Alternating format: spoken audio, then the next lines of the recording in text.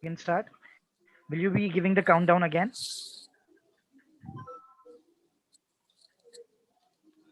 Okay.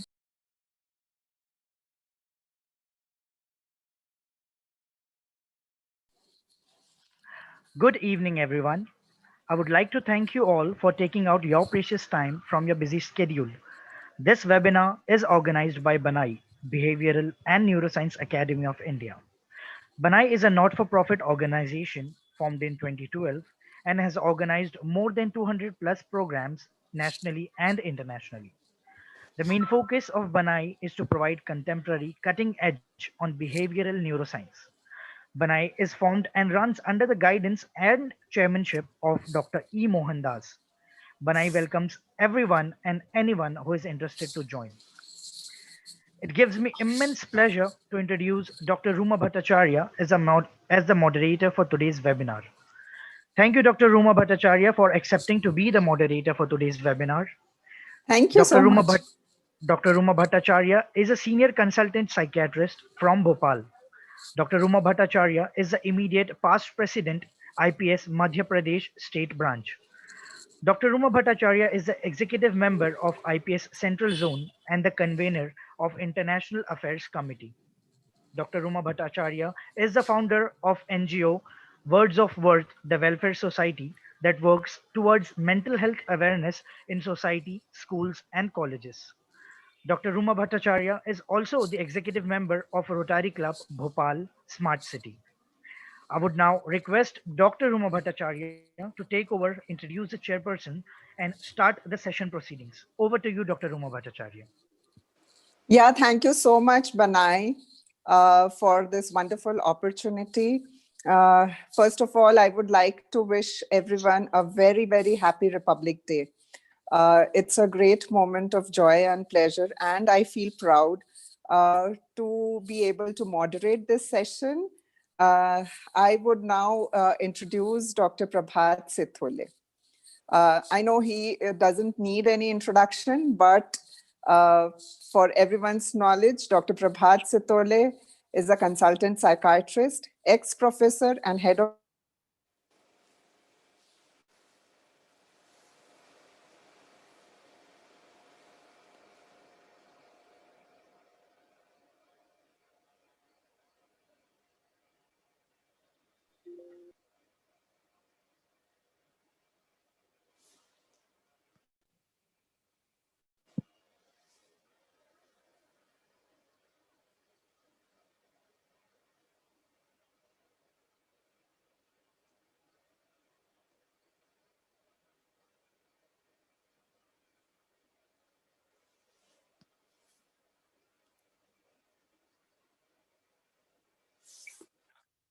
Oh, yes.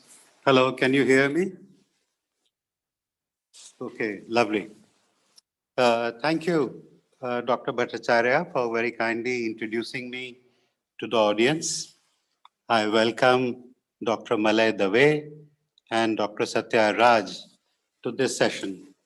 Well, the topic of this webinar is extremely important, and this is evidence-based management of autism spectrum disorders. Now, friends, as you know, that autism has increased in prevalence. From the times we were doing MD psychiatry, at that time the prevalence was something like 1 per 1,000.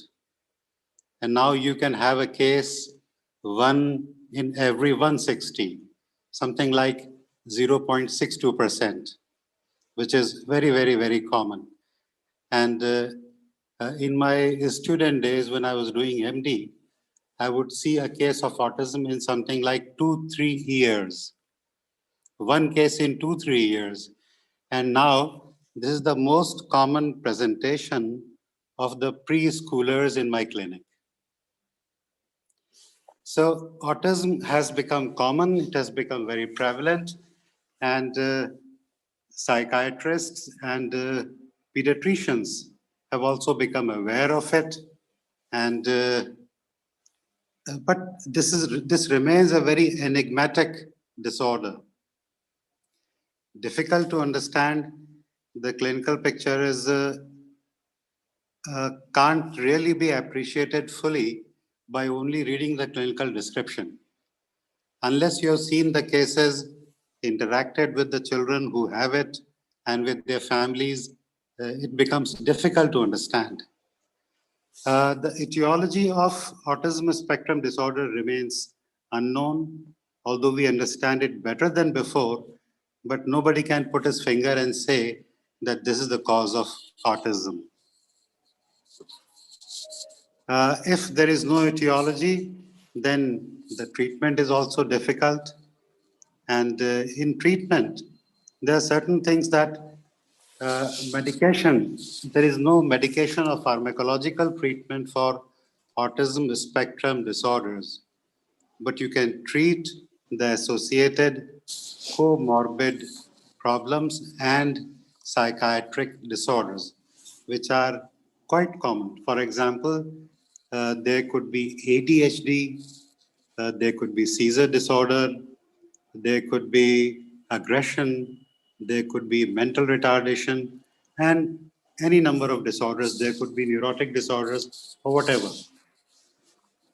Now, the key features of autism are that people have difficulty in relating to others. They have problems in reciprocal communication and social interaction.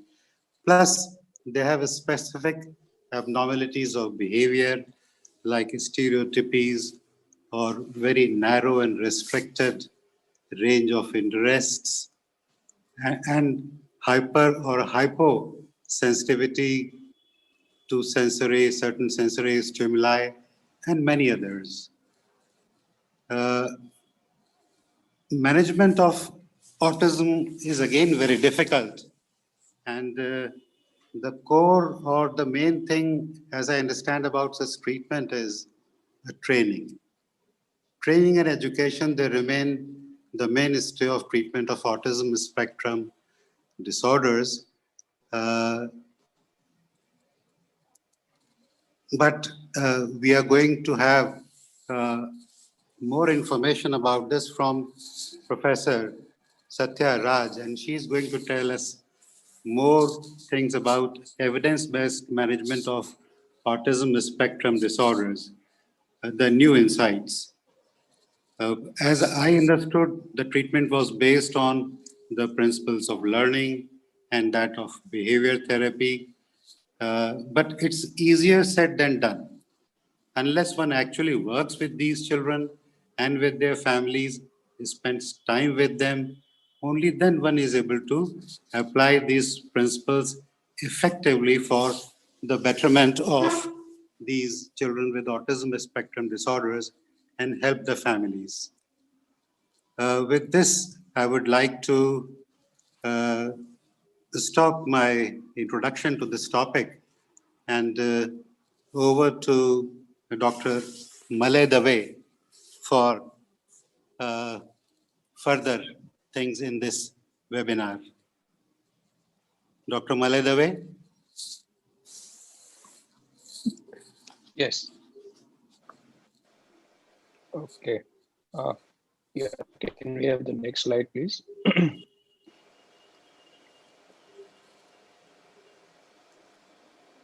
So good evening, everybody, and I hope everybody has had a very good Republic Day till now. And on this auspicious occasion of the Republic Day, we also have a very interesting and enigmatic topic in child psychiatry that we would be discussing. And to talk on it, we have Dr. Satya Raj, who is Professor Child and Adolescent Psychiatry Unit, CMC Vellore. She has earlier worked as a staff specialist in the Child and Youth Mental Health Service, Keynes and Hinterland Hospital and Health Service, Queensland, Australia. She has recently started the Infant Mother Nurture Clinic in CMC, a first of its kind in our country. She is trained in attachment-based interventions and circle of security. She has more than 20 papers in various national and international journals. He conducts workshops for pediatricians, psychiatrists, psychologists, and school teachers, and has a keen interest in infant mental health, school mental health, neurodevelopmental disorders in children, attachment, and childhood trauma. Over to you, Dr. Satya.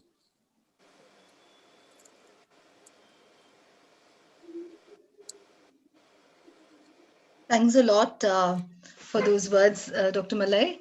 I'd like to sort of take this opportunity to thank Banai for giving me this opportunity to sort of speak on the topic of evidence-based management in ASD. So, as all of us know, ASD is a vast topic. I tried to do as far as possible some justice to the topic, and I really take at the outset my uh, privilege to sort of share the screen with Dr. Prabhat Shitole, Dr. Roma, and Dr. Malay Dave, who've been very senior psychiatrists. So, thanks a lot for giving me this opportunity. I'll start sharing my slides. Just give me a second.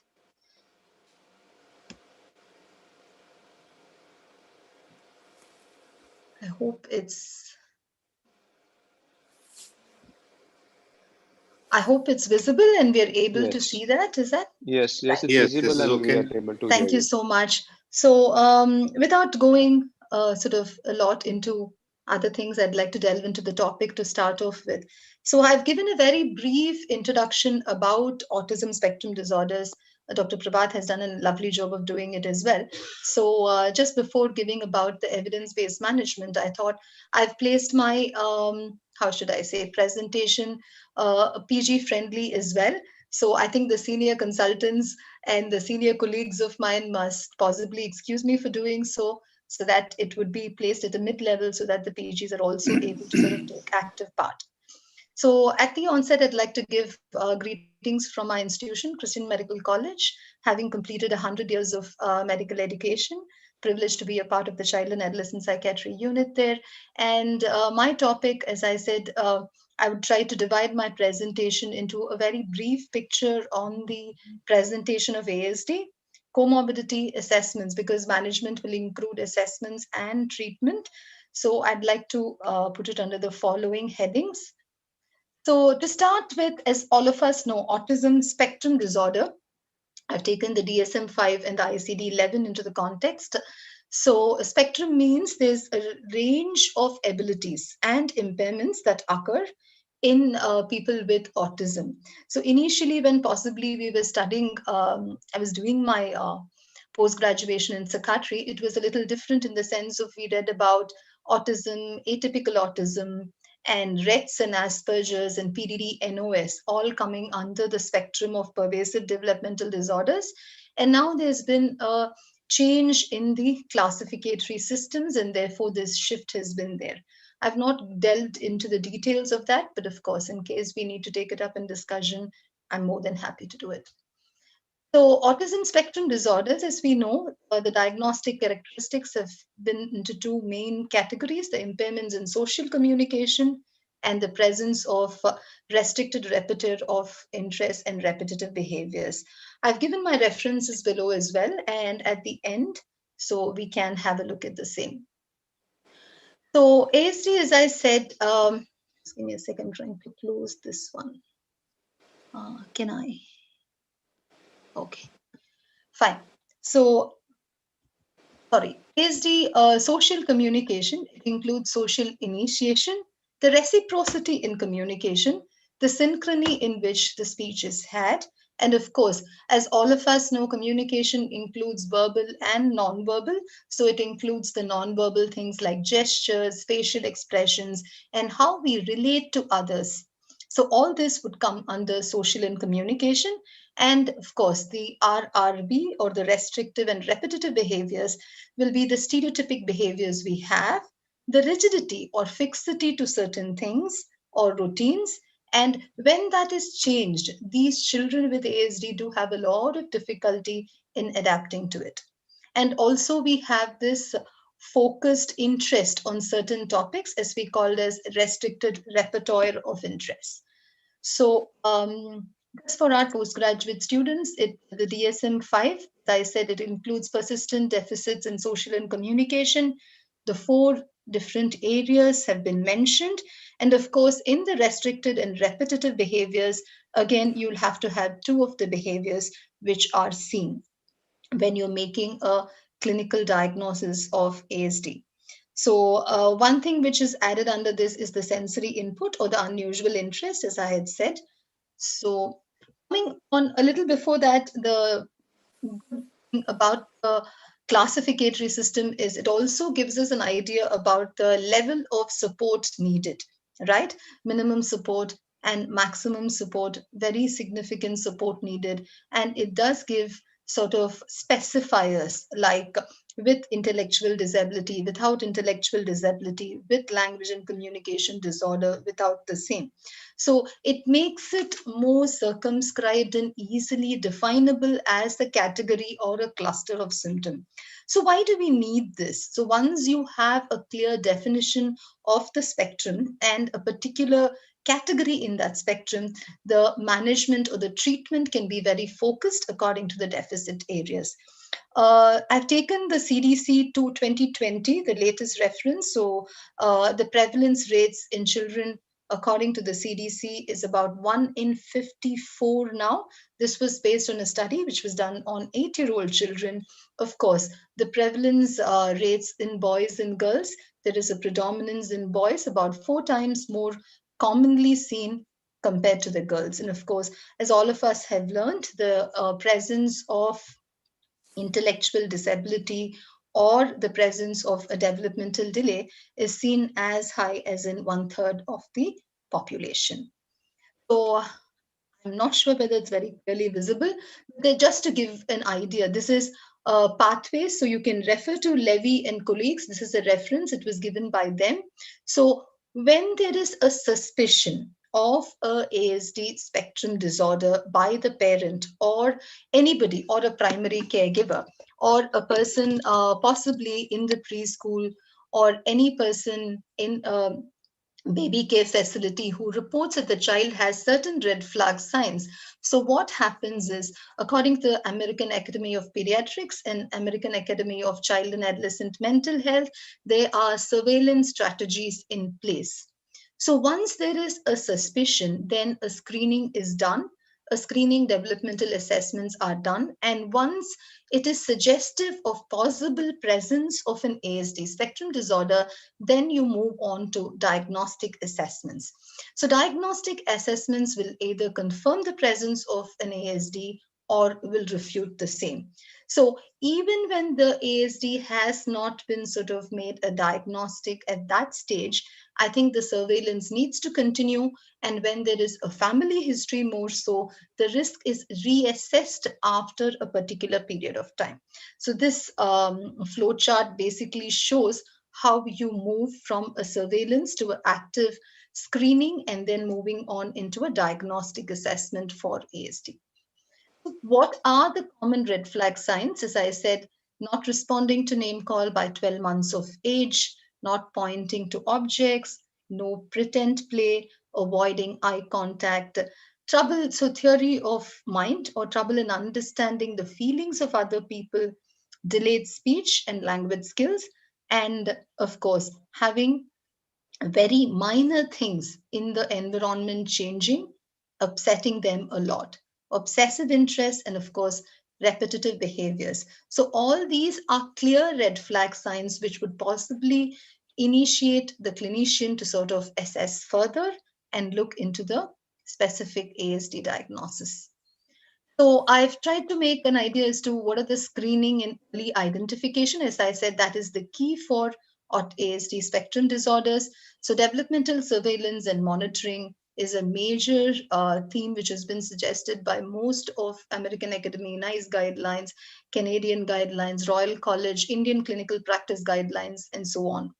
So a few of the screening measures which have been used is the modified checklist for autism in toddlers, known as the MCHAT. The MCHAT has a R and an F. The F mainly shows the follow-up.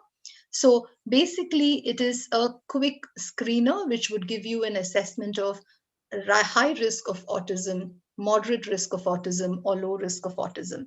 And the thing about the screening assessments is, all of us know, you will have a high sensitivity. So what do I mean by that? You pick up many cases. So maybe the false positives can be slightly higher, but that is overcome by the follow-up assessment, which you do with the MCHAT again.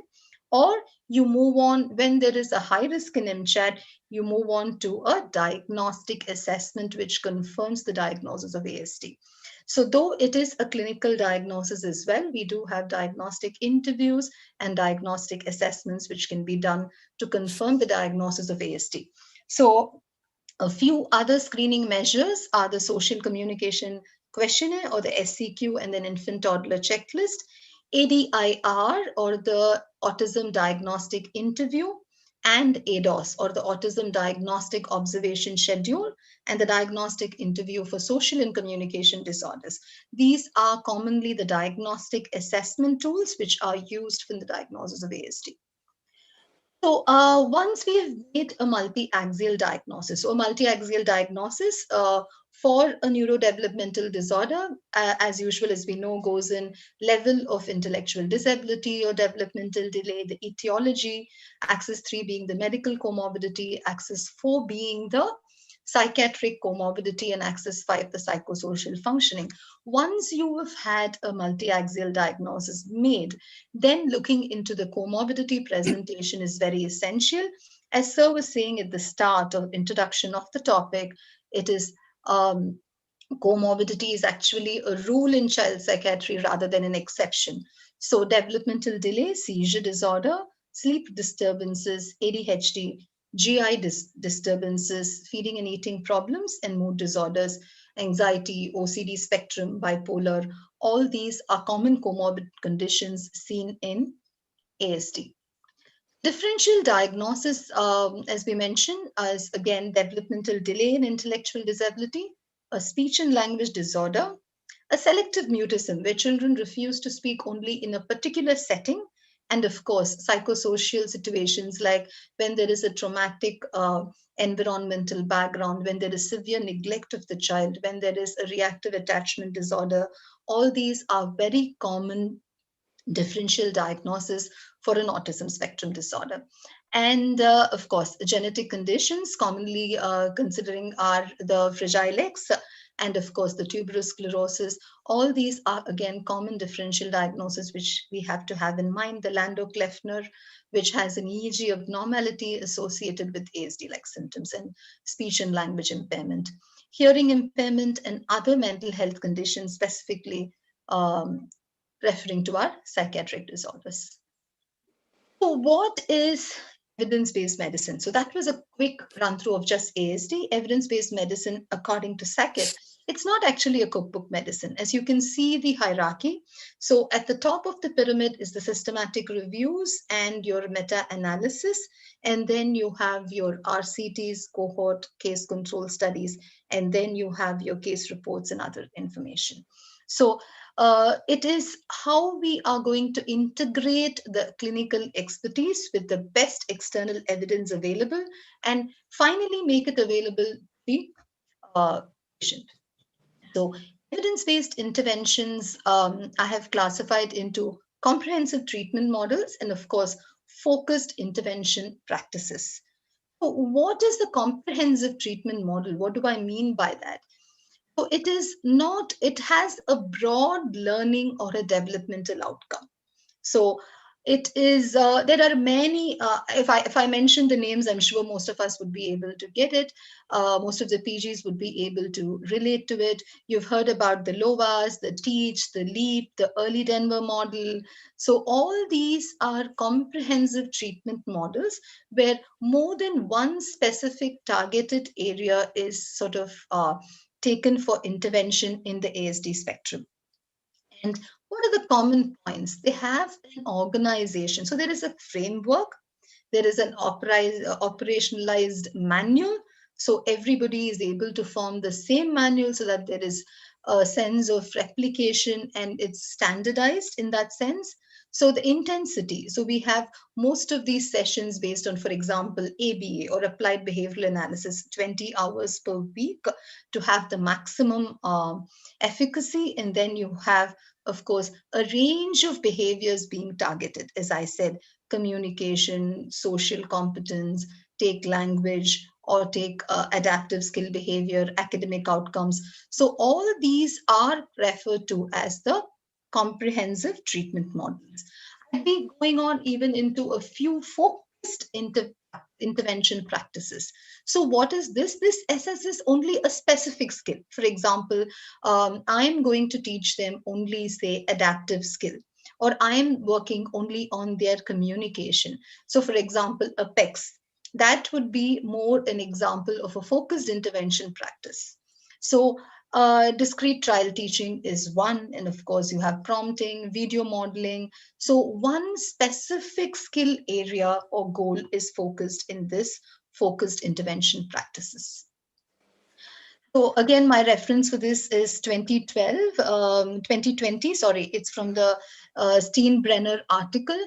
So it very nicely gives the evidence base, all the practices for over a time period from 1990 to 2017. But considering the volume of articles, it was published in 2020 though. They've included up to 2017, all the articles which have been there. So more than about 972 articles have been studied, and they have found about 28 evidence-based practices for ASD as such.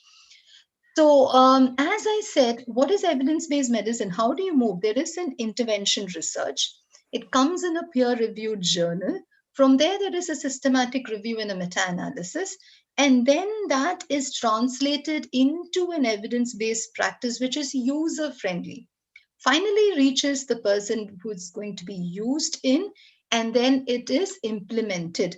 And there is more professional development in the sense of building research on that work. This is how the whole cycle goes on for any evidence-based medicine.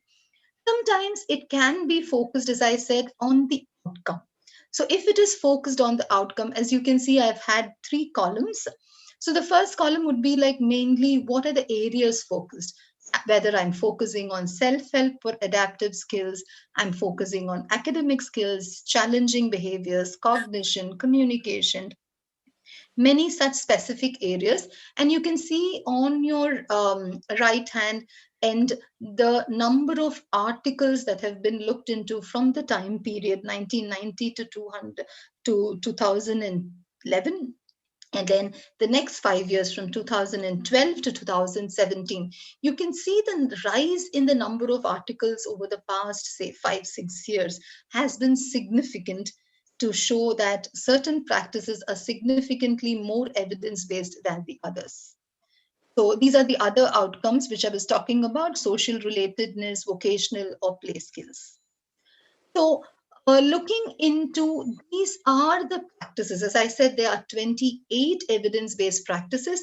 I'm not going into detail about everything for want of time, but I'm more than happy to discuss when it comes in a question and answer session. I would be basically focusing on applied behavioral analysis, which has the maximum evidence base in most.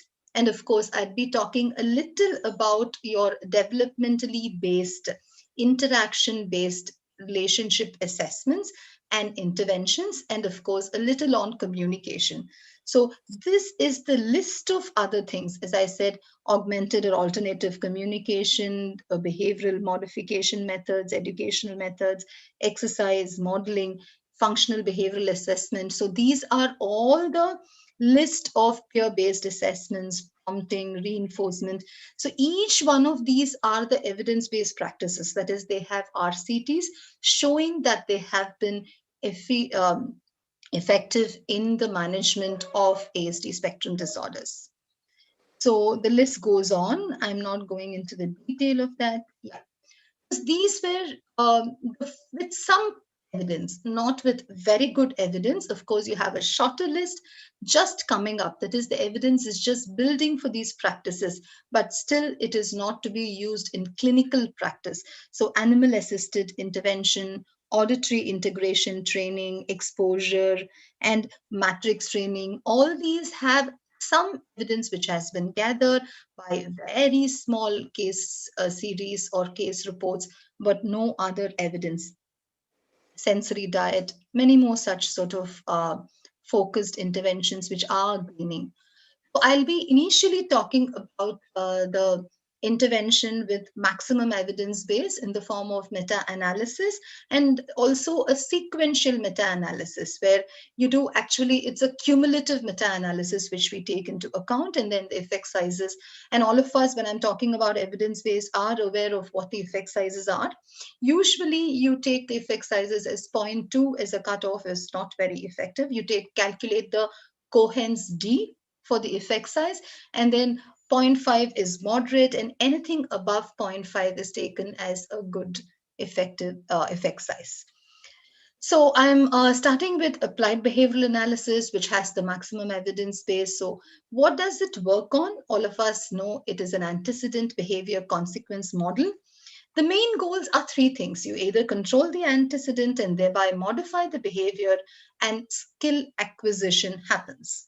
So the common areas where the children in the spectrum tend to gain are the verbal intelligence in the language, adaptive skills, and also in their social communication domains.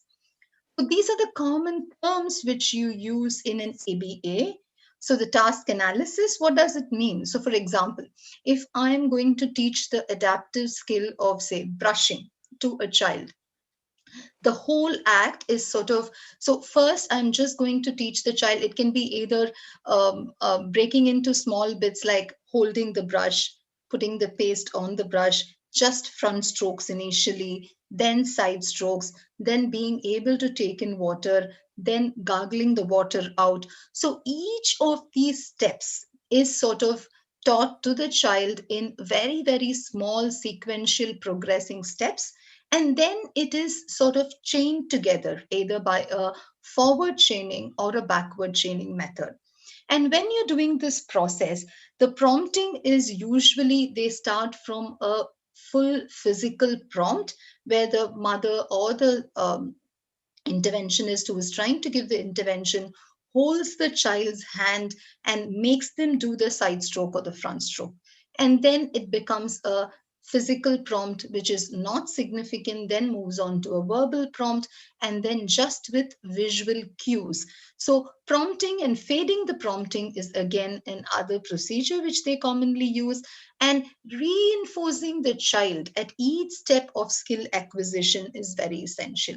So this is commonly sort of the ABA model which is used.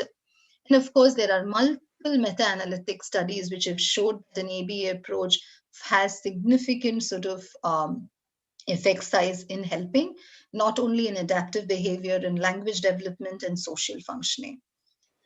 So a few CTMs, or the comprehensive treatment models I was talking about, is LOAS. LOAS also uses predominantly the applied behavioral analysis. It is a home-based program. So there is active family participation. One-on-one instruction is given to the child, as I said, with maximum physical prompt and then fading off. And the intensity usually for most of these programs are more than 20 to 25 hours per week. Then moving on to something known as discrete child teaching. This was one of the focused interventions I was talking about. Again, the principle is ABA and how a specific skill is taught. This was what I was trying to explain, breaking the skill to be taught into smaller parts with repeated practice and using reinforcement procedures to sort of mold the activity to completion for successfully making that skill acquisition possible. So there are different steps in discrete child teaching. So this is a rough idea how, so you give a prompt to the child, a maximum physical prompt, an instruction is given, then that translates into a behavior. And once the behavior is done, you give a feedback to the child saying that is excellent, and that is a social reward, or you reinforce the behavior with a tangible reward, depending on the child's developmental age. And then the process happens where you gradually fade off the prompt. So teach again, this has more of education component or academic skill teaching, which has been included. So this is specifically designed for older students with ASD. Again, structured teaching methods are used. as all of us know, children with ASD have a rigidity. So any change in the environment actually hassles them quite a bit. So how you can structure certain things, for example, you give them a physical structure. This is the classroom, this is where your table will be, this is where you're going to work on a project. So they have visual schedules or cues for how things are going to start and how it will happen. So there is a sense of predictability which the children are very comfortable with. So there is no change in the routine. So they don't get hassled by the whole idea of everything changing every time. They have a work system. Again, there are visual cues for this. So basically, this is something known as culture of autism. This was given concept given by Messibov. As you can see, the different things, the rigidity is dealt with, the visual processing is dealt with, the communication deficit.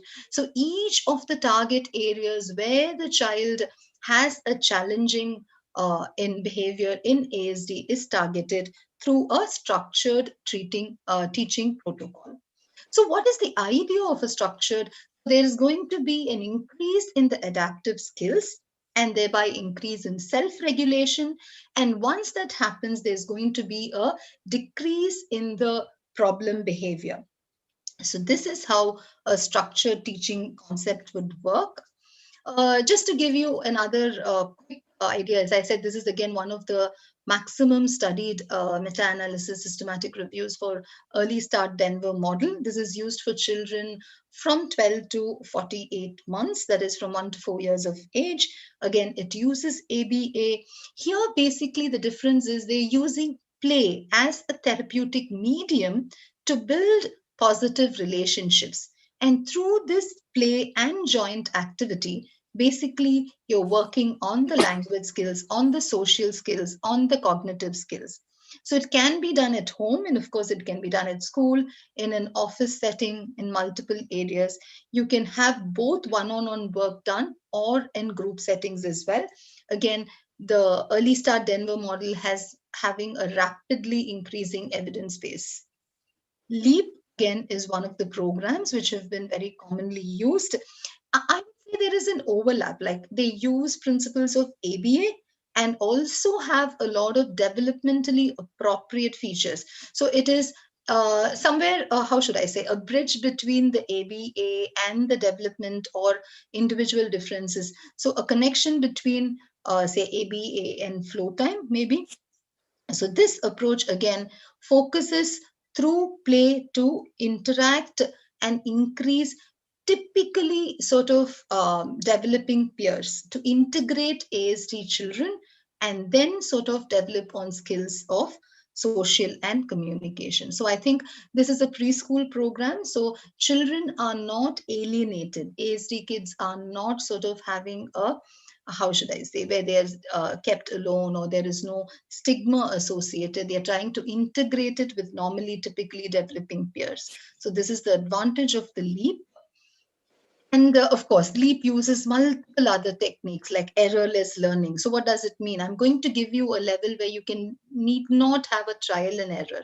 So it is at the level of the child where there is the possibility of learning and acquiring the skill is very high. And therefore, the child is motivated to move on to the next step. And of course, pivotal response training, incidental teaching, all these come as components. Flow time, as I said, is slightly a different concept. It is more of individual difference or the relationship based, developmentally appropriate sort of therapeutic intervention for children with ASD. Here again, the core areas are self-regulation, communication in the sense of a two-way communication and a complex communication as well. The additional area where they're trying to work is on the emotional connectedness of the child and the social connectedness of the child. This was given by Stanley Greenspan. I've given the reference as well. Moving on to the next sort of set where importance is given is the communication domain. So alternative and augmentative communication system. So this was developed, PECS as we call it. So this is again mainly tailored to sort of develop the functional communication. So these children sometimes with ASD can recite a poem, they can sing a song, they can, but they would not be able to ask for their needs. For example, I'm hungry, I need to use the washroom, or can I have a comb?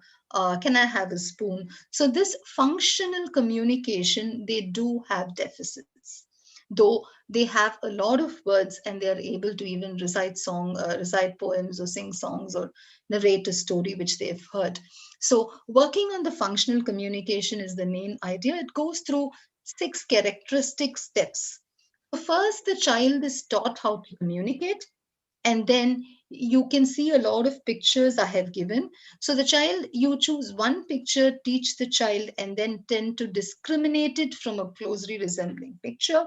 Then how to construct a sentence with a structure, and then responsive requesting. So I ask for something and the child responds to that, and the child asks for something in turn and I respond to it. So it's a mutual two-way communication which is sort of worked on. And finally, the higher stage of commenting on something. So these are the 6 phases of PECS. Again, this is evidence-based intervention for ASD children. And of course, moving on to the psychosocial interventions. This has some evidence base. A few studies in the level of cohort studies are there for parent management training. So effectiveness in basically reducing the parent stress. So what happens when a child is diagnosed with a condition like ASD? I think the most important work or the most time consuming work is helping the parent understand the child's deficit skills and how to work on them. I think the amount of stigma associated with the term ASD or autism is so much that the parent sort of does not want to hear that. So developmental delay, I would say, has a lesser stigma associated. Somehow, when they hear the word autism, most of the parents really sort of have a lot of grief to work through. So I think the psychoeducation at the first, second, or third session with the parent and the child is the most sort of essential component of any therapeutic intervention. So once the psychoeducation is done effectively, I think half the job is done.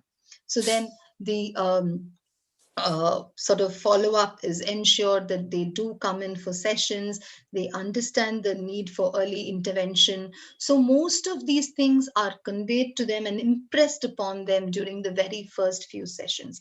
And I think that is the success of the therapist in sort of being able to establish this rapport with the parent and trying to help them. So, if you take this is from the clinical practice guidelines for ASD in the Indian context. It's Dr. Malay Dave's article. I think it is a definite must read for all the postgraduate students. It very nicely highlights the interventions for ASD.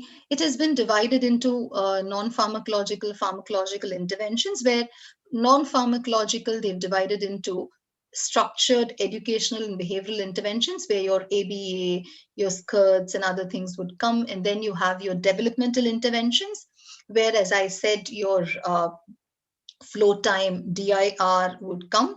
And then you have your interventions for communication, where your PECs would come.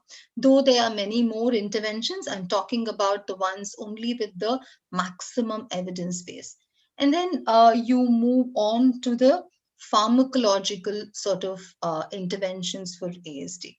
So having said this far, having summarized for the non-pharmacological techniques, I think the take-home message for the postgraduates who are attending the session, who are interested in ASD, you just have to understand that, say, defining the criteria for ASD interventions into focused interventions, where there is one targeted area where the clinical intervention is done, and comprehensive treatment models where multiple areas are worked on, for example, like your LOAS or TEACH or say Denver, Early Start Denver. So all these are your comprehensive treatment models.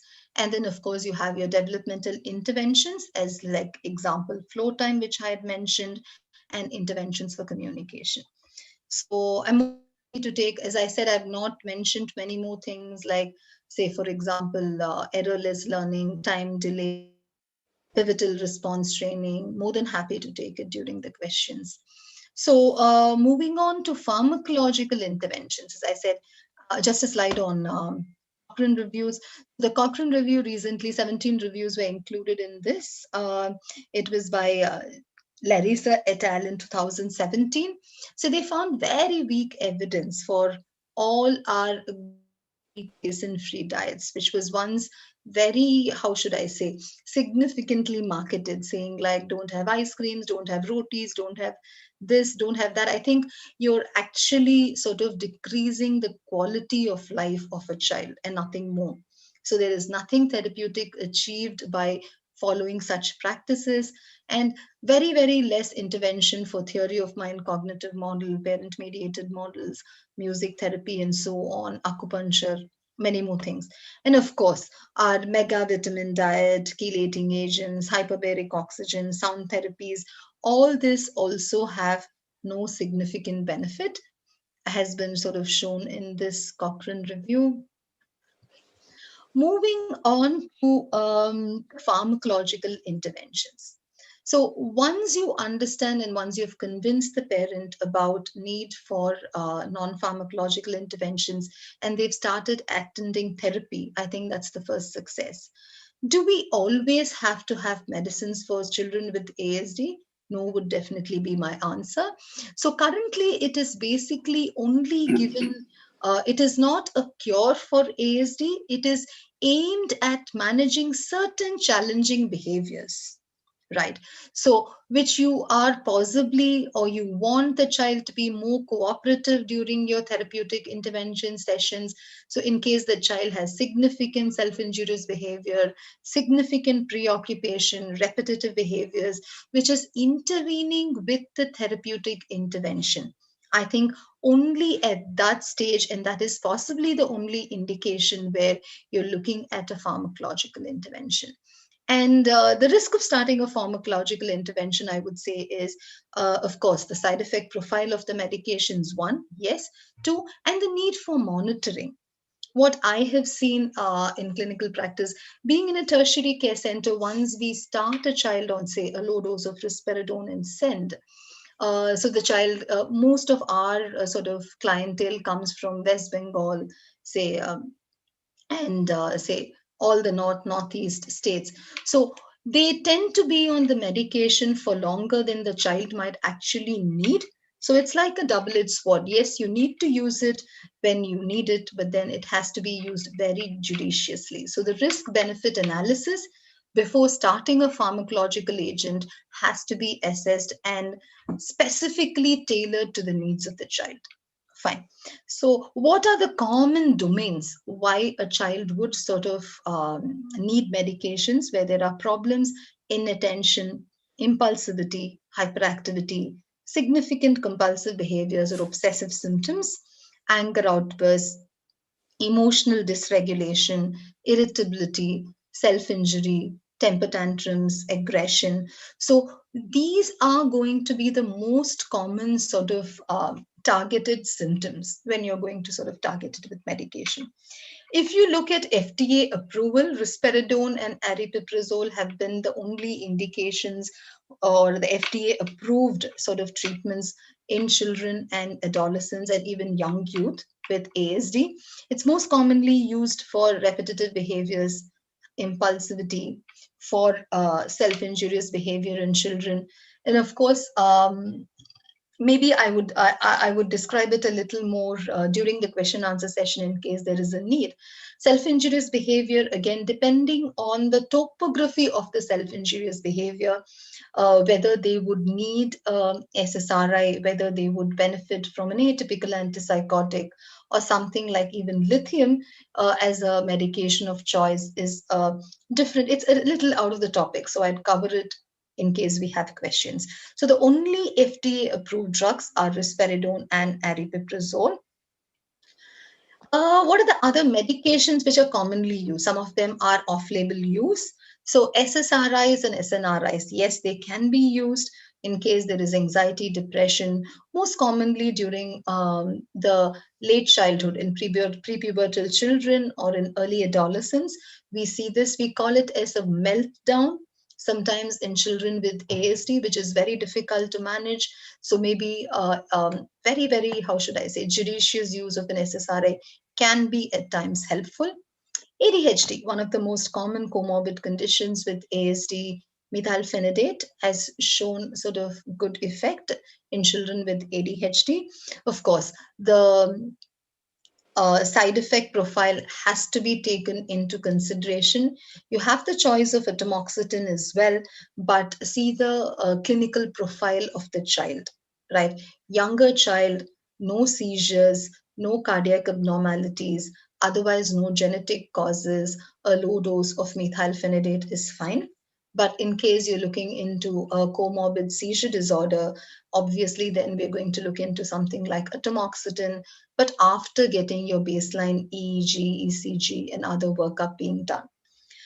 The other medication which has sort of shown some effect in ADHD-like symptoms and actually is better tolerated than most of our stimulants is our clonidine. So alpha-2 agonists can be used, clonidine. Most of our pediatricians are actually very nicely using clonidine, I would say, very effectively use clonidine. So to target the symptoms of ADHD, so that has some evidence base and can be used. Sleep disturbance, as I said, is one of the most commonest sort of comorbid condition in an ASD, or it's a part of the ASD as itself. So in these cases, I think melatonin is shown to improve. Of course, as having said, every time tend to always try a non-pharmacological management. So please try sleep hygiene techniques before prescribing melatonin for a child. And of course, when you're telling them sleep hygiene, sleeping at the same time in the night, waking up early, maintaining the circadian rhythm, exposure to sunlight in the daytime. So all these are going to be inherent components which we discuss with the parent. So moving on to other complementary or alternative medicine. So you would say actually 50 to 60% of our families in children where there are ASD use a lot of these alternative medicine strategies. Why is it so high? You would see a very interesting finding. This was one in one of the articles which I read. When they tend to have more GI symptoms, when they tend to have more of behavioral problems or seizures, they tend to go for more alternative medicine strategies. And I would always tell parents that when you're psychoeducating, what are the difficulties in using alternative medicine strategies? Some of them do use and don't realize that the child develops a side effect, and the child is unable to communicate any physical distress verbally to the parent. So it becomes even more significant for the parent to be doubly careful before choosing or giving medications for such a child. So there are multiple emerging therapies, but no major evidence for use. One is oxytocin, as all of us know. It's one particular subgroup of children in the ASD spectrum where they say the social impairment is maybe because of the oxytocin and therefore giving supplements. That has not been shown to be very effective or useful. And baclofen. So this again, it decreases the repetitive behaviors. Is you do have a few case reports on this, but again, there is no other higher level of evidence supporting clinical management of this entity. Memantine, again, it's an NMDA antagonist. So all of us know that glutamate toxicity is one of the proposed mechanisms for ASD. Therefore, this modulates the glutamate release. So there are a few studies targeting possibly use of memantine, but as I said, no evidence based till now. N-acetylcysteine, again, there are 2 RCTs as well for this, but no more evidence. Very poor evidence for stem cell therapy, hyperbaric oxygen therapy, specific diets. As I said, gluten-free, casein-free diets. They do not have any evidence-based megavitamin diet. I would tell all my clients that it gives possibly all your water-soluble vitamins in the megavitamin diet. You'd have a very costly urine at the end of the day, nothing more. and of course, chelating therapy, dolphin-assisted therapy. All these are a few of the practices which have a very poor evidence base. These are my references for the I'm open to questions, any contributions. I'm more than happy to take it. Thanks a lot for the opportunity. Thank you, Dr. Satya. I think we can hand over the proceedings to the moderator for the questions and answers.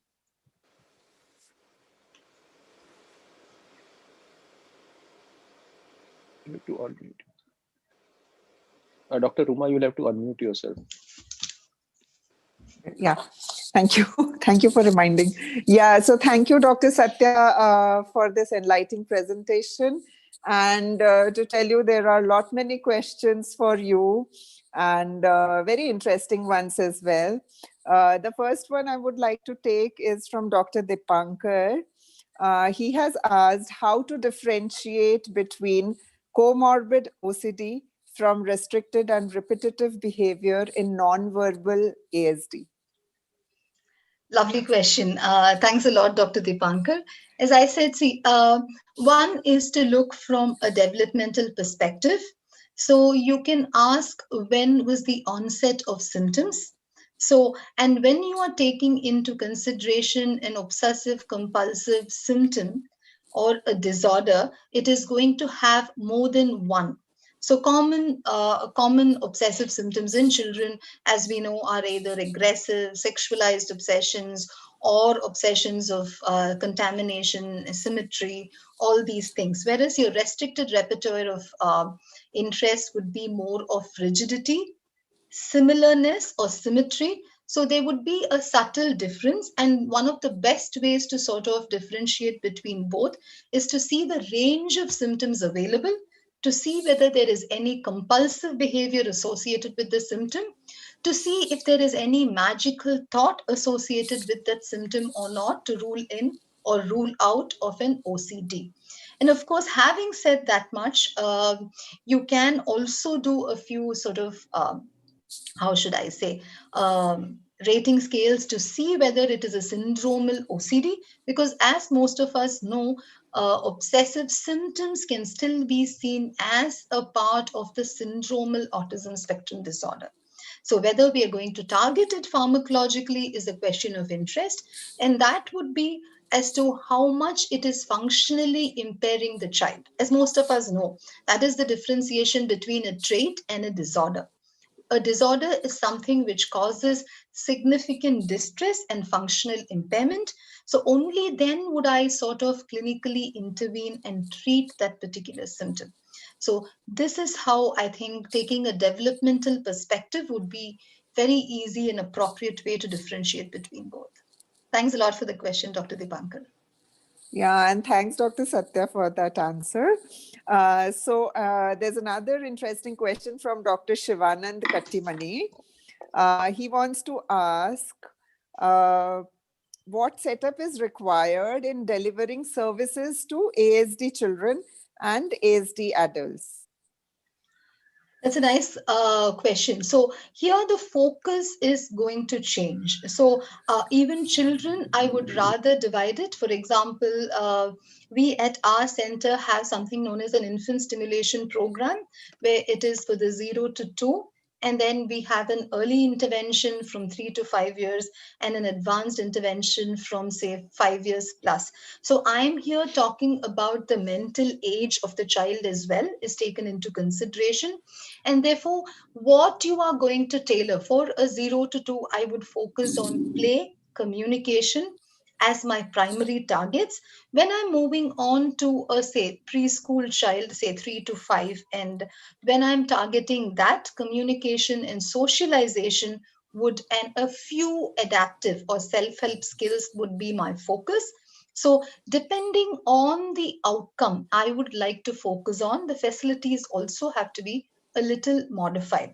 For example, when I'm looking at an adult with ASD, I'm focusing on more of adaptive skills, functional communication, even vocational options or assisted living options. So these are the options I would be looking in for an adult with ASD. So depending on the developmental age of the child, both chronological and the mental age of the child, we have to tailor to the needs of the child. And depending on that, say, suppose I have to have an adult, I need to have a vocational setup. I need to have a setup where I can teach functional communication through PECs or other things. I need to see the level of communication in them. If there is assisted living, a sort of arrangement which has to be done, I might have to work on that. Thanks a lot. Yeah, and he has another question. Sure. Why are there so many interventions for the same disorder? Which intervention is considered best with good effect size for Indian population? Lovely. That is an excellent question. So, how should I say? Should I say it's old wine, new bottle, very nicely titled and named? But anyway, so most of the programs which I had mentioned use ABA principles for sort of therapeutic interventions. That is one model which is shown to have the maximum evidence base. As I said, meta-analysis, sequential meta-analysis, and cumulative evidence is significantly larger. So looking into antecedent-based interventions and working on augmentative communication through PEGs. I think we in our center use an eclectic approach. We do have sensory integration, so it's a program. We have an inpatient program, say for 3 months, where the child is admitted with the parent and the therapy is sort of delivered. So we have components of ABA using the principles of, as I said, working on the primary goals of antecedent control, behavior modification, skill acquisition, using the clear ABC model, and also including, say, a speech assessment, using some sensory integration techniques, using some OT input with an occupational therapist. So once this is done, the idea is the eclectic approach which is suitable for our children. As I said, it has to be tailored to the individual needs. If you see, one of the basic difficulties in research mentioned in the evidence base of, say, ABA is also in any other RCT, for example, if I have to do it for a drug trial, it is a drug, new drug versus a gold standard or a placebo. So it is absolutely the same thing which is delivered. I can very clearly ensure that. But that is very difficult in the case of an intervention being delivered. So even this, I think you have to take it with a pinch of salt, because most of the interventions would be tailored to the individual needs. So there would be a tweaking here, a tweaking there, but then with some amount of standardization we have. And definitely ABA is the maximum evidence base, I would say. I'm sure our chairs can also sort of enlighten us. If Dr. Shithole or Dr. Malay would like to add to that, I'd be more than happy. Anything? You are right, Dr. Satya. Yeah. Applied ABA has the maximum evidence. And I would say if you have to select one treatment for autistic children in India, it ought to be ABA. Okay. And actually, as I was saying, Dr. Malay was he's one of the authors of the clinical practice guidelines. It was very recently published in 2019. Was that right, sir? So I think definitely Yeah. it's a must read for all the postgraduate students. It's been very nicely sort of highlighted. It gives you not only about the evidence base, it gives you about the clinical practice guidelines, it gives you about the screening measures, it gives you about the biomarkers. So it's a very nice read. I think all of you have to read it. So over to Dr. Malay. Do you want to add anything on that question, Yeah, sir? just one thing, that if you are going to use principles of ABA, it is not only going to be limited to only behavior modification, but Yes. behavior principles of this ABC can be used for development of anything, for communication, for speech, for activities of daily living, even for academics. So I think for any therapist who is a part of the team, whether it is a speech therapist or whether it's a behavior therapist or as a special educator, they all will need to be good and proficient in using ABA principles. That's one thing. Second thing is that ABA is relatively easy to teach parents. The thing about ABA is that it tends to be very intensive. If you look at it, it would probably come to the recommendations would come to some 5 to 6 hours a day, 6 or 7 days a week.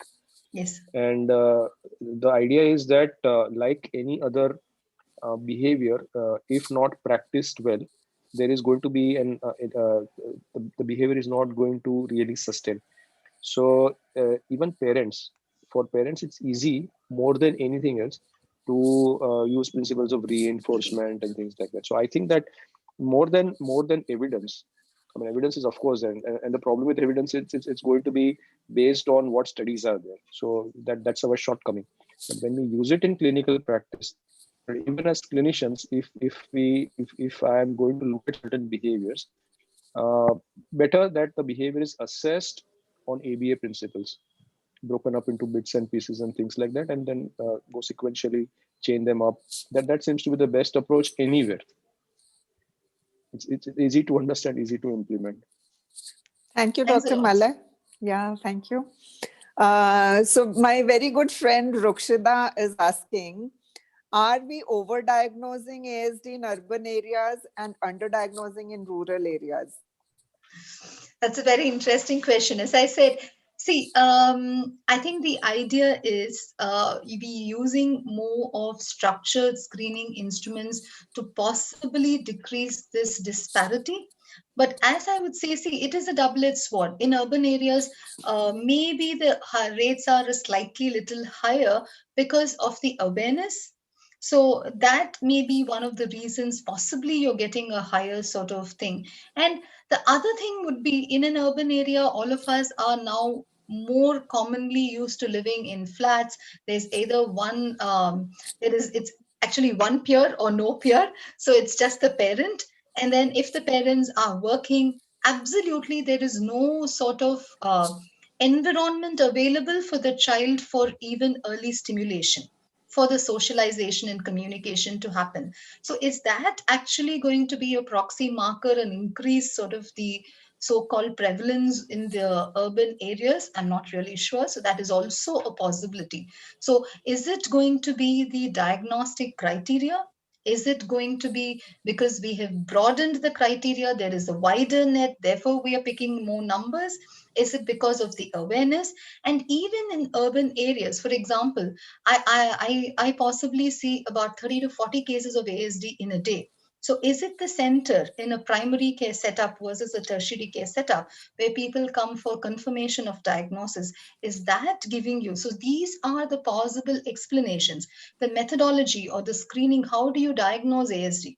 Is it a clinical diagnosis? Is it a measured diagnosis? Is it a diagnostic assessment made diagnosis?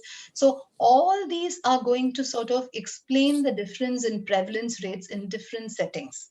So that would be the most, how should I say, important criteria for us to look into to say whether maybe we are looking at different things in the urban and the versus the rural areas. Okay. And there's another question from Dr. Krishnamurthy.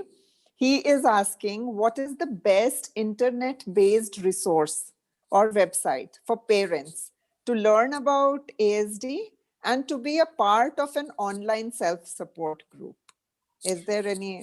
Yeah, they are. I'll possibly try to put it as well. So Autism Speaks, autism support helplines are there, and they do give you, for example, even the AACAP has specifically for families. So they give you a very shortened version of the disorder with the interventions available in a very sort of parent-friendly manner. It doesn't use the so-called technical jargon.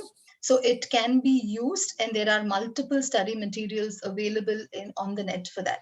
So possibly Autism Speaks is one of the site. Autism help centers are there. I can give you a few other resources as well. We can put it on the chat box for sure. Okay, thank you. Dr. Anish is asking a very interesting question. He's asking, are any vaccines responsible for ASD? Yeah, If thanks not, a lot. Thanks then a lot why for that fear? question. Yeah, So I think because this, yes, yeah, yes, he Dr. has Uma, also please go ahead. written there's no evidence of any relationship between childhood vaccination and increasing ASD prevalence. but there is parental fear for vaccination and refusal to vaccinate. So are any vaccines responsible for ASD? So it's a very nice question. As I said, it's one of the ongoing debates since the start of possibly, I would say, since MMR was given and there were a few cases and whether it was associated, linked, not linked. As of now, there is no evidence to say that any vaccination is sort of associated with an increased risk of developing ASD, definitely. So there is no evidence base to sort of suggest that. Anything Dr. Malay or Dr. Shitole wants to add to that, sir? I think the paper as you they said that, last- sorry, Doctor, Sir, the please. way you are saying something, go ahead. The paper which was published in Lancet regarding the connection, the association of MMR with autism, has been withdrawn with an apology from the editors that the findings were premature. They were influenced by lobbying groups and stuff like that. So we do not have any evidence. There's one very recent review of autism spectrum disorder, I think in Nature, I think early mid 2020, which says that this is out. We are just not considering any kind of vaccination as being associated with autism. So my answer to parents is no. It is not proven, and we are not going into that. I think, thanks a lot, Dr. Malay. I think it has to be a unified voice because I think most of the child psychiatrists do agree on that. So the pediatricians also have to join hands. I would always say because they are the first port of call for most of these kids. They are the entry point. So if pediatricians are able to say in a very unified voice, there is absolutely no sort of evidence to say that vaccines are associated. Actually, not vaccinating your child can sort of lead to much more problems. So I think that has to be very clearly impressed on by the pediatricians as well, in addition to all the child psychiatry fraternity. Yeah, and this question is more relevant today with the COVID vaccination on. Yep. So, yeah. Okay. So there is no such evidence as yet. As far as COVID vaccine goes, I think we'll have to wait and see. I don't think it's going to have any association. But then, in the lighter vein, I think whatever it's going to be, the outcomes associated with this has to be wait and watched. So I don't think I can predict an association as of now. In fact, with COVID going on and all the vaccination services across the globe, kind of a standstill or go slow, the increase in number of childhood infections increased tremendously. So it is very obvious that you do not do something which is relevant, you will see results almost immediately. So we really need to focus that this is all okay. In fact, we have, because of the social media and all, opinions which are as diverse. I mean, you just cannot really recapitulate all of them. So we just need to stick to what we know. That's about it. Thank you, Dr. Malay. Yeah. So there's this question from Dr. Ramesh Babu. He's asking, respected madam, as most of our medical colleagues are following the textbooks and articles written by Western people, I would like to ask how parents and professionals' perceptions on causes and treatment options for ASD in India are different from rest of the world. Are we a step ahead or back? What is your guidance to the next generation of medical professionals in this context? It's a very nice question. I would say one thing, as I said, I just wanted to mention it at the start. We have a lot of Indian studies, Indian clinical practice guidelines are there. So kindly follow that. I think all of us take a fancy in quoting, say, the NICE guidelines or the AACAP or the RANZIP guidelines or whatever it might be. Okay. So we have very eloquent guidelines written by very senior people in the Indian context, which gives a lot of Indian data relevant to our clinical practice. And I think it has to be used. As I said, one such mention, as I said, said, was Alka et al. In 2019, Dr. Malay Dave's article, and I think it's a landmark article in interventions for ASD and practice guidelines. Please do go through that article. And I would say that, yes, you can have a read of other guidelines to have an overview. But I think for clinical practice, it is always good to see what is sort of used in our setting, what is more, how should I say, feasible, what is possible in our setups, and what is actually accepted. So that evidence base has to be taken. And I think we have from CMC also use of psychoeducational profile intervention, how that can be used as sort of a pre and post baseline assessment to see the improvement in the training therapeutic interventions. So there are multiple studies in the Indian context which can be used for reference. And I think all our postgraduates or our, how should I say, aspiring child psychiatrists must sort of look into that. Okay. There's an interesting question from Dr. Ashok Khaitan. Yes. He's asking, what is the criminal responsibility of individuals suffering from ASD? That's nice. It's very nice. I'd possibly, I have to look up into the details. But for one thing, as I said, when there is the usual, how should I say, criminal responsibility for any other mental illness, intellectual disability, neurodevelopmental disorders will be pertaining to ASD as well. So when at the state of commitment, when at the time of commitment of the offense, if the person was not in a position to understand the nature of the event and its possible consequence, then they are not to be held responsible for the commission of the act. So this is the general thing which would be taken to account for most of our psychiatric disorders and intellectual disability and neurodevelopmental disorders. So anything more, I have to look up as well. Okay. Dr. Shitole or Dr. Malay, in case you wanted to add anything? Yes. Sure. You see, intellectual level of that person needs to be taken into account. That's one very important parameter. Okay. Thank you. So, and anyways, there are so many comments congratulating and for this wonderful session as well. Okay, so there is this comment and a question from Dr. Tulsi Das. She's writing, it was a wonderful webinar. Thank you so much for enriching. Since 1940, ASD and its various variants and learning and behavioral models have been proposed.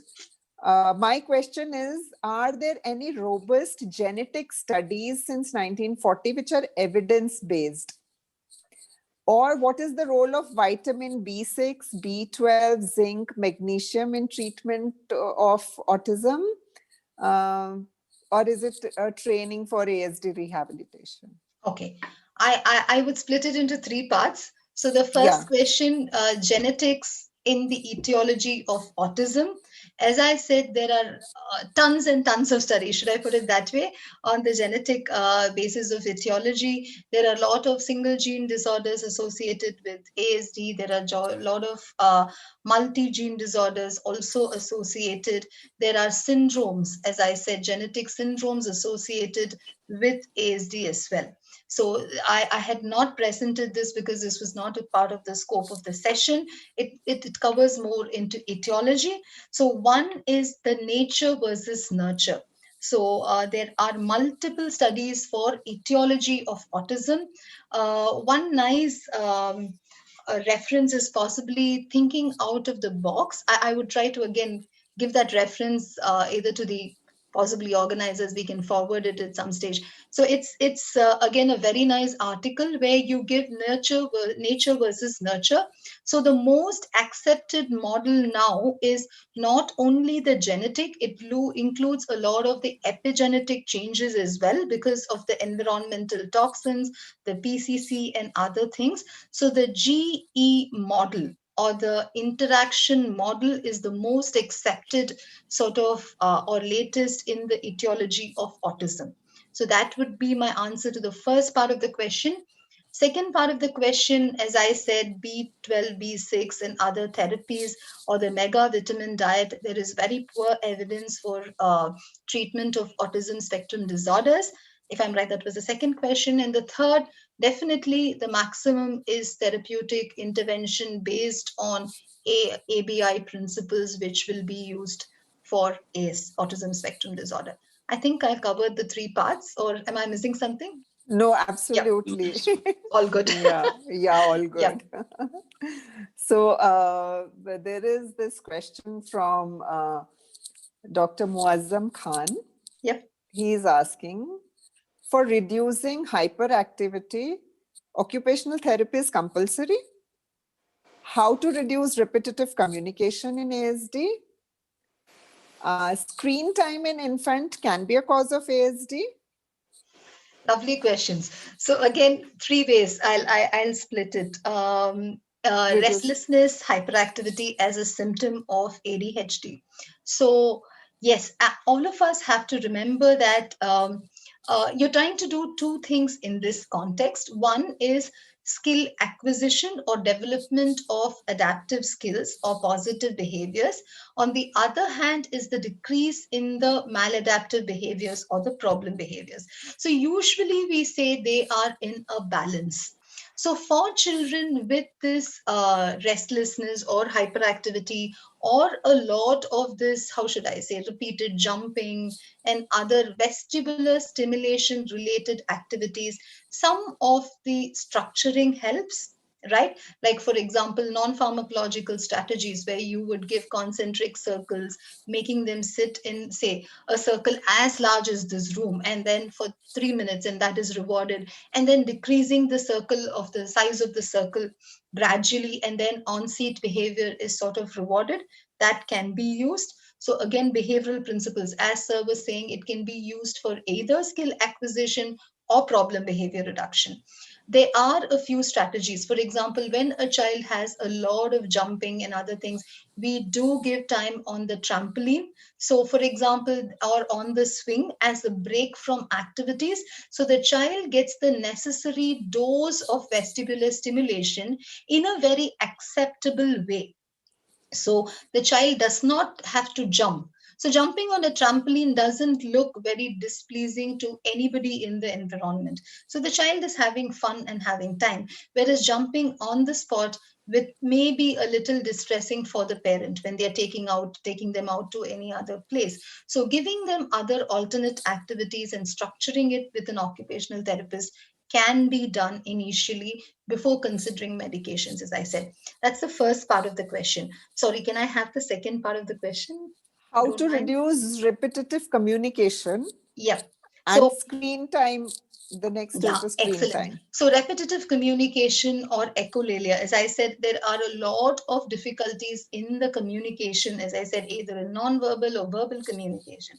So by effectively using the functional communication strategies, echolalia can decrease. So when the child, for example, usually the repetitive thing is, what is your name? The child immediately goes, what is your name?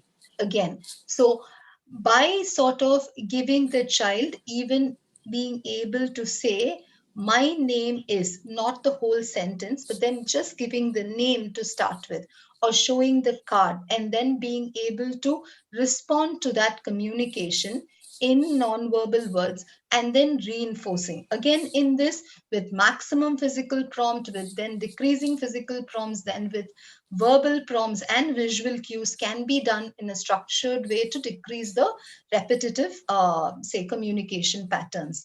The other thing is screen time in infancy. As I said, it is having a lot of studies on this are now coming up to say that definitely, let us look at from a broader perspective. As I said, infant mental health is one of my areas of interest. So not only autism spectrum disorders, in infancy, in all of us are, we are like social animals. We need to relate to each other.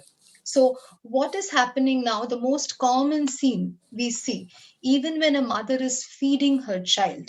So I see this very commonly happening in my OPD, in the nursing room. When they're sitting down, they are having a look at their mobile, on the WhatsApp, on social media, but then just feeding the child, just like a milk vending is happening and the child is feeding. So there is no one on one relation with the child, there is no eye contact with the child, there is no so called the touch which helps in the development of the child.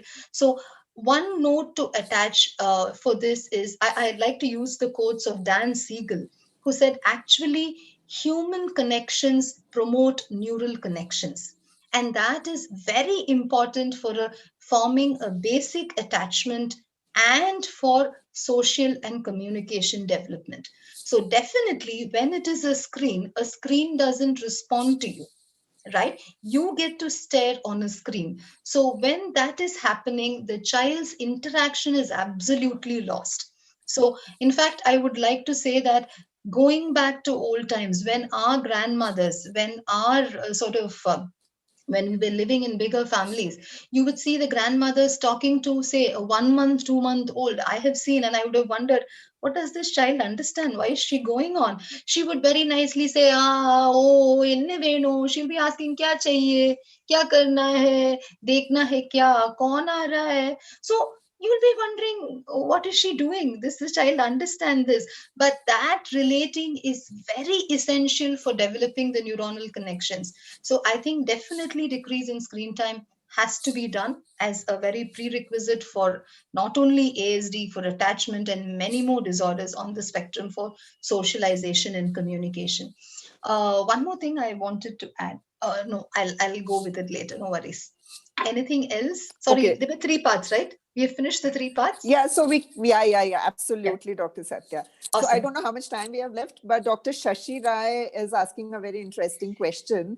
Yeah. She's asking, if one child has ASD and parents ask for advice, that what genetic tests need to be done if they plan a second child, what should be our advice? See, it's a very nice question. As I said, we do have certain genetic test only that is done during the antenatal period to rule out. As I say, when there is a syndromal genetic condition associated, for example, when the child has a Fragile X syndrome, right, the elder child, then definitely the risk elevates significantly for the other sibling. So sending the parent for a genetic counseling before preconception and telling them the rates and giving them, so possibly what are the things we can do, as we usually do for the intellectual disability. Genetic screen can be done. In addition, you can do the Fragile X. In addition, you can do what else, for a few named genes. Otherwise, other than that, I think there are multiple other conditions which you cannot do a screening initially during the conceptional phase, but you can explain the risk of having another child with ASD. You can explain the percentages in form of the risks available in the data. That can be done. And as definitely when there is a high risk, please do refer the child to a neurologist and a genetic workup. Okay, that's interesting. So there's another interesting question from Dr. Shweta Reddy. She's asking, what are the perinatal risk factors in women associated with ASD in child? Thanks a lot. So risk factors in women, I didn't add about, as I said, this was not on etiology, so I have not added any slides on that. G interactions, as I said, is the most common. Looking into the perinatal period, perinatal infections, right? Early low birth weight and obstetric complications, delayed birth cry. Most of these things have been associated. Fetal alcohol consumption in the mother during the antenatal period, tobacco, all this has also been, a few medications have also been associated. When the mother is consuming a few medications, the risk of ASD, for example, there are mood stabilizers which have been suggested to increase possibly the risk of ASD in the child. As I said, it is a cumulative risk which has been calculated. It is not one specific agent. So these how should I say, even these drugs do not directly cause. So possibly the mechanism explained is through the epigenetic changes which are happening. When there is an increase in the cumulative risk, then the risk of ASD goes higher. So that is how I would best explain it. I would also request Dr. Prabhat Sithole sir and Dr. Malay Dave to also keep looking for the best question. We have lots of questions, like Dr. Mansi Somaya is again asking role of perinatal intervention in emergence of ASD, role of probiotics. Someone has asked what is the role of, what is the dose of risperidone? Dose of risperidone, as I said, we usually start off with a very low dose, mostly in child psychiatry, as all of us know, start low, go slow. You start on a 0.25 milligram per kilogram per day, and then go up to say 1 to 1.5 milligram per kilogram per day. This I'm talking about in children. And then when it is a young adult or an adolescent, it can go to higher doses up to 3 milligrams in a day. Yeah, so this dose of risperidone question was by Dr. Shabhanu Karan. Yeah. So Dr. Malay and Dr. Sithole, what do you think is the best question? Yes, because we have this wonderful Amazon voucher. Of course, yes. Yeah. I would suggest the question by Dr. Deepankar was the best. Yes. The first question. Yeah, Yes, that was the absolutely. first question. Yes. OCD. How to differentiate between comorbid OCD from restricted and repetitive behavior and nonverbal. Yes. So I think the Lovely. Banai team would give the Amazon voucher to Dr. Deepankar Bagh. And yeah. That's excellent. Yes. Congrats, Dr. Deepankar. And there are so many comments congratulating and appreciating this great, talk. So, Dr. Sithole, would you like to say something? And Dr. Malay Dave? I would like to say that unless you see cases of autism and work with them and work with their families, autism can be difficult to understand and treat. So experience is one very big thing. So talk to your seniors. If you have a school for autistic children near you, visit that, spend time there, offer your services there, and maybe you can learn about autism then. Dr. Malay? We had a very nice discussion today on autism. Just to add, or maybe just my perspective is that we are dealing, when it comes to ASD, it's a group of neurodevelopmental disorders. And so according to the concept of a neurodevelopmental disorder, autism is present right from the moment of conception. So the genetic basis is there. There are going to be epigenetic factors, and what we see as clinicians are symptoms. We need to pick up these symptoms as early as possible, see what are the factors in the child's environment that are modifiable, see what therapies are best applicable in a given context, in a given situation, in a given socioeconomic group of people, use medicines judiciously, and probably with that we'll be able to do a good deal of service to our patients who have got ASD. So thank you, Dr. Satya, for a wonderful session. Thanks a lot, Dr. Malay and Dr. Sithole. I think it was lovely sharing the presentation with all of you. And thanks a lot to the participants as well. And I think it was a very inspiring discussion. It's just possibly the tip of the iceberg, and much more to sort of discuss and learn. It's a learning curve, I guess. And thank you so much for the interactive session. Thanks a lot to my chairs. And a big thanks to Dr. Roma, who very nicely sort of went through the session as well. Yeah, thank you, Dr. Satya, once again, and to the chairpersons, Dr. Sithole and Dr. Malay. And sorry, initially there was this glitch. Uh, I could not introduce Dr. Malay as I was supposed to. So I think on this Republic Day evening, we had this very nice session, and there were lovely, interesting questions. And we would like to have you another time, maybe on another topic. So I guess this has been a wonderful session overall, and thanks everyone. Thank you. Thank you. Thank you. Thank Thanks you a all. lot. Thank Thank you you. all for joining us today. We Yeah. hope to see you again on coming Tuesday, 2nd February 2021. Same time from 8 p.m. to 9:30 p.m. Please block your date. The topic for the upcoming webinar is Science and Art of Managing Gas, Burping, Bloating and Hiccups by Dr. Anil Arora and Dr. E. Mohandas. Also, based on many requests that we have received, we would like to inform you all that all our previous webinar archives are now available on our YouTube channel, Banai India. Do send us your feedback and comments, if any, on info@banai.org.in. Till then, stay safe. Good night. Thank you. Good night, everyone. night. Good night, Thank you. everyone. Good night. Yeah.